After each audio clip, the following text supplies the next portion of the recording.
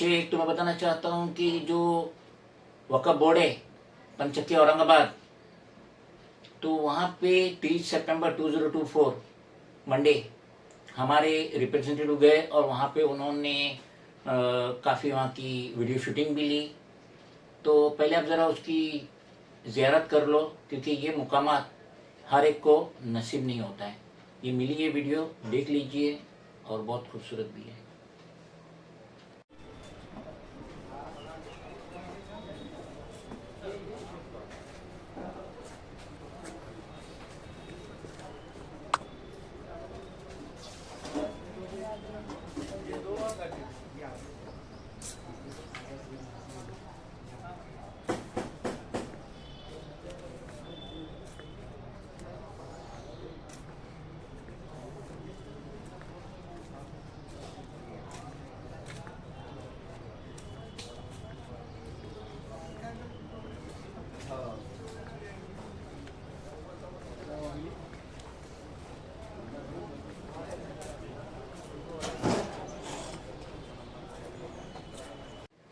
हमें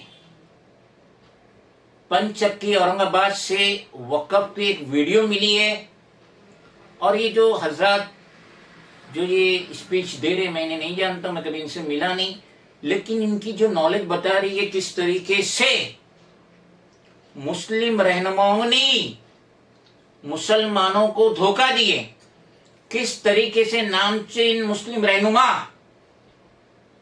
वक़्फ़ की जो प्रॉपर्टी उसको बेच दिए, करोड़ों रुपए की प्रॉपर्टी बेच दिए। तो इसका मतलब ये कि ये जो रहनुमा बन रहे मुसलमानों के, इनको भी बड़ा कमीशन मिला होगा, इनके शेयरिंग अमाउंट मिला होगा, जिसकी वजह से ये वक़्फ़ की प्रॉपर्टी बिकी। तो ये वक़्फ़ की प्रॉपर्टी होती कि इन शॉर्ट आप समझ लीजिए कि जो पुराने राजा महाराजा जागीरदार गुजरे, दौलतमंद गुजरे, तो जब इंसान दुनिया से रुखसत होता है तो उसको दुनिया की कोई ख्वाहिशात नहीं रहती है। तो ऐसे ही ये दीनदार लोग थे, इन्होंने वक़्फ़ के नाम पे, यानी इनकी जो प्रॉपर्टीज है, इन्होंने अल्लाह के नाम पे डोनेट कर दी। तो जो ये नेक लोग थे, ईमान वाले नेक लोग थे, जिन्होंने अपनी प्रॉपर्टी वक़्फ़ की, तो अब वो वक़्फ़ की प्रॉपर्टी कोई प्राइवेट को बेच नहीं सकते, कोई डेवलपमेंट के लिए बेच नहीं सकते, कोई मालदार को, अदर कास्ट वाले को बेच नहीं सकते, सब बिक रही है और बिकी है।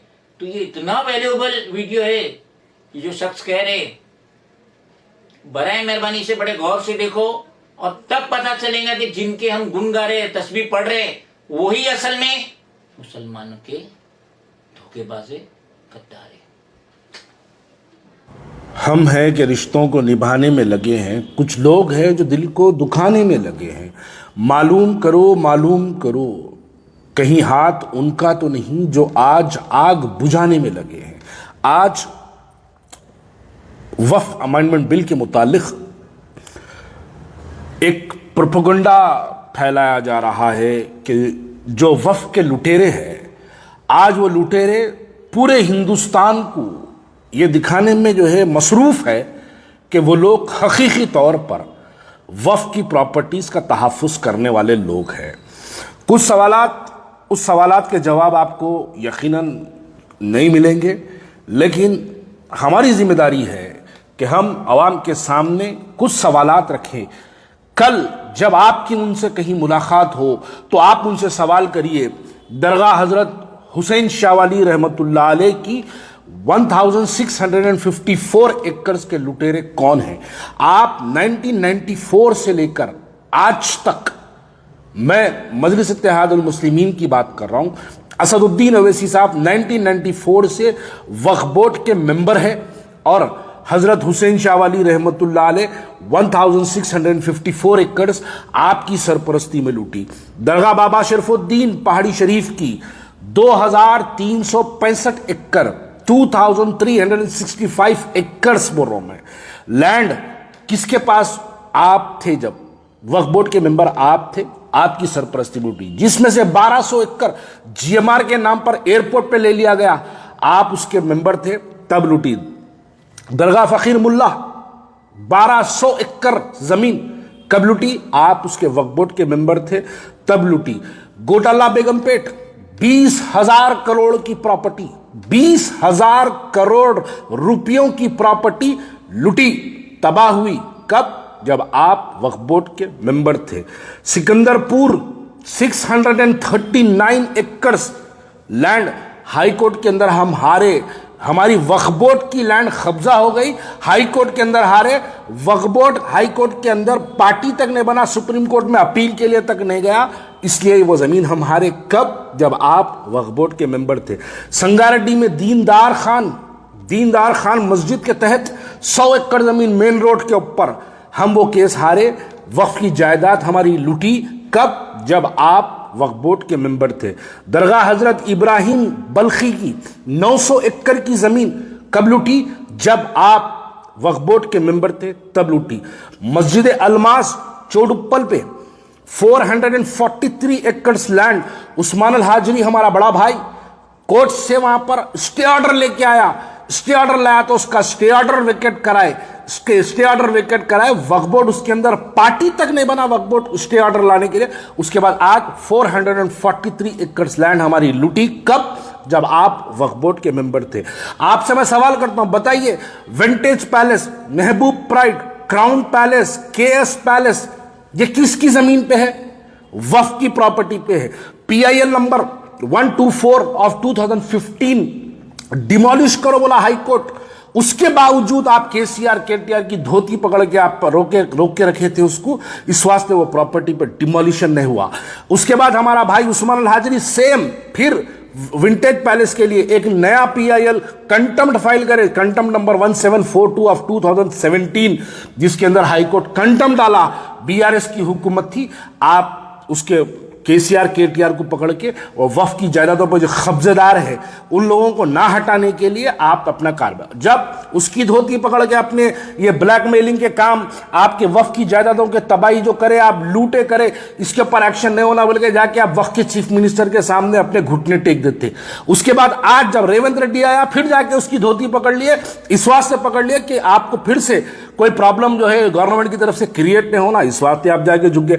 आप बताइए, मक्का मस्जिद के तहत 25 एकड़ जमीन, शेखपेट पेट्रोल पंप के बाजू से जो पेट्रोल पंप के दोनों तरफ से रास्ता निकलता, ये किसकी जमीन पे है? आज भी जब हम वो रोड पे चढ़ते, खबरों पे से वो रोड डाली गई, आप कसम खा के बोलिए इसके अंदर आपका दखल नहीं है, बल्कि आप कसम खा के बोलिए आपका MLA ठहर के वहां पर, मरहूम MLA आपका ठहर के रोड नहीं निकाला, आप कसम खा के बोलिए। रात के 2 बजे उस्मान अल हाजरी 150-200 लोगों के साथ आके वहां पर एहतजाज करा तो उस्मान अल हाजरी को रोड पे से गिरफ्तार करे। वक्फ की जायदाद लूट रही थी, हमारा उस्मान भाई रोड पे से गिरफ्तारी दिया रात के 2 बजे उसको लेके जाके, 3 दिन उसको जुडिशियल कस्टडी में रखे, सब वो केसेस डाल के उस्मान अल हाजरी को परेशान करके रखे थे।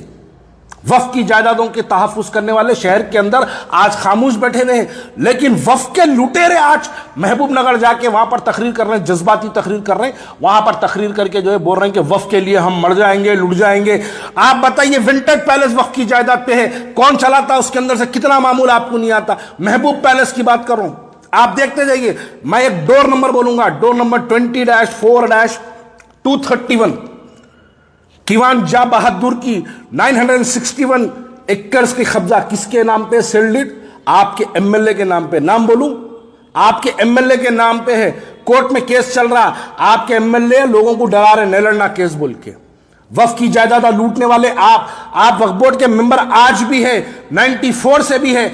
आपके उत्ता वक्फ बोर्ड के अंदर अगर कहीं पर तबाही हुई तो मैं नहीं समझता पूरे हिंदुस्तान के अंदर अगर सबसे ज्यादा वक्फ की जायदादें कहीं लूटी, कहीं तबाह हुई, कहीं बर्बाद हुई, तो मैं मानता हूं पूरे हिंदुस्तान के अंदर सबसे ज्यादा वक्फ की जायदादें कहीं लूटी तो वो मुत्तहिद आंध्रा, तेलंगाना और हैदराबाद के अंदर प्रॉपर्टीज लूटी आपकी सरपरस्ती में। वक्फ बोर्ड में शुरू से लेकर आज तक भी वक्फ बोर्ड में आपका कंट्रोल है। आप बताइए मेरे को, 865 एकड़ मलंगानी कुंटा की जमीन कौन बेचे, किसके नाम पे सेल्डिड है? वही साहेब के नाम पे सेल्डिड है जो साहेब को देख के आप हाथ चूमते। वो साहेब सेल्डिड करके 865 एकड़ जमीन वक्फ की उन्होंने बेचे। आज भी उन्होंने वक्फ बोर्ड के मेंबर बने हुए हैं। आज भी वो शख्स जो 865 एकड़ जमीन वक्फ की जायदाद बेचा, आज वो शख्स को मजलिस इत्तेहादुल मुस्लिमीन MIM उसको वक्फ बोर्ड के अंदर बिठा के रखी, और आज आप निकल के वक्फ की जायदादों के तहफ्फुज की बात करते। अरे वक्फ बोर्ड से हमको क्या मिला? हमारे बाप दादा परदादा सक्कड़ दादा हमारे लोगों ने वक्फ की जायदादें, आप लोग उसको तहफ्फुज नहीं कर सके, आप लोग वो जायदादों को लुटने दिए, आप वो जायदादों को तबाह होने दिए। यहां पर बस आखिरी में मैं बात कहना चाहता हूं, मौलाना खालिद सैफुल्लाह रहमानी साहब, भाई साहब, मौलाना आप all India Muslim personal law board के सदर हैं, आप हैदराबाद मुस्लिम पर्सनल लॉ बोर्ड के सदर नहीं हैं। आपके साथ एक खिलवाड़ हो रहा, आप मासूम हैं, आप नादान हैं, आपको नहीं समझ में आ रही बात। आपको लेके जाके गाड़ी में, कहा है पाशा बोल के फोन कर रहे हैं, आप गाड़ी में आ जाओ बैठो बोल तो गाड़ी में बिठा रहे हैं, लेके जाके वक्त के चीफ मिनिस्टर के सामने, चाहे वो KCR हो उसके पास बिठा दे रहे, चाहे वो रेवंत रेड्डी हो उसको बिठा दे रहे। आपको रेवंत रेड्डी के ने लेके गए बाहर, आपको बिठा दिया, अंदर जाके खुद रेवंत रेड्डी के आधा घंटा पैरा हाथा पड़ के रोके धोके हेड्रा का पीछा छोड़ो बोले। मौलाना आप मुस्लिम पर्सनल लॉ बोर्ड के आप उस कुर्सी पे फायज है जिस पे कभी अली मियां नदवी रहमतुल्लाह अलैह उस पर फायज हुआ करते थे। अली मियां नदवी रहमतुल्लाह अलैह वक्त के प्राइम मिनिस्टर को देवबंद बुला लिए थे, तारीख है उनकी। इंदिरा गांधी को देवबंद बुलाने पर अली मियां नदवी रहमतुल्लाह अलैह, मुस्लिम पर्सनल लॉ बोर्ड हमारा उतना मियारी बोर्ड था। आज क्या हो गया मौलाना, आप एक के पीछे भाग रहे। अरे आप मुस्लिम पर्सनल लॉ बोर्ड के मेंबर है, आप हर एक के पास जाओ, आप हर पॉलिटिकल पार्टी के न जाओ। आप क्या कोई पॉलिटिकल पार्टी के इफ्तिदाई के सदर है? आप मुस्लिम पर्सनल लॉ बोर्ड के सदर है।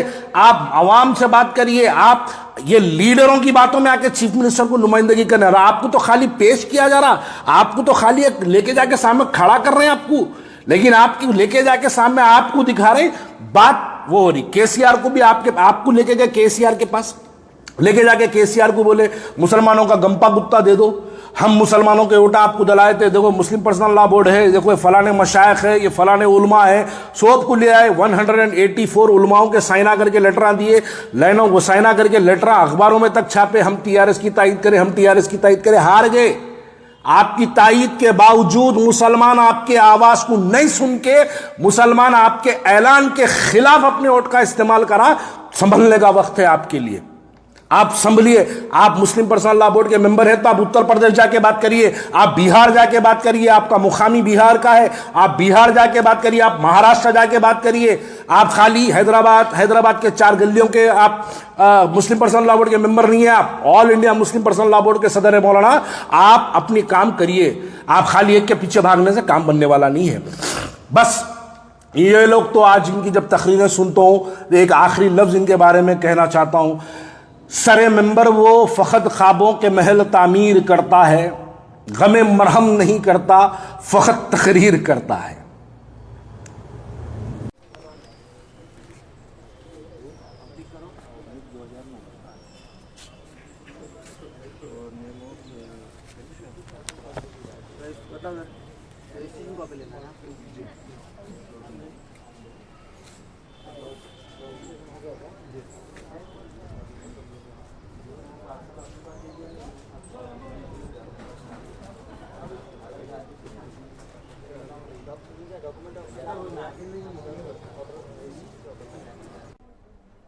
Friends, if you think that this video is valuable, then please do like, share, comment, subscribe, and please press the bell icon button. Thank you.